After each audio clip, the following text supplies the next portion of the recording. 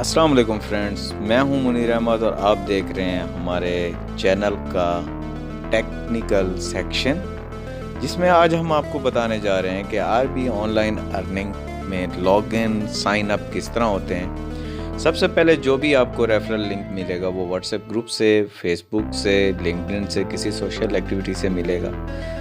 आप उस referral link को क्लिक करेंगे। जैसे ही क्लिक करेंगे तो आपके सामने आरबी ऑनलाइन अर्निंग का मेन पेज इस किस्म का इंटरफेस ओपन हो जाएगा और आप उसमें लॉगिन के नीचे दिए गए साइन पर क्लिक करेंगे।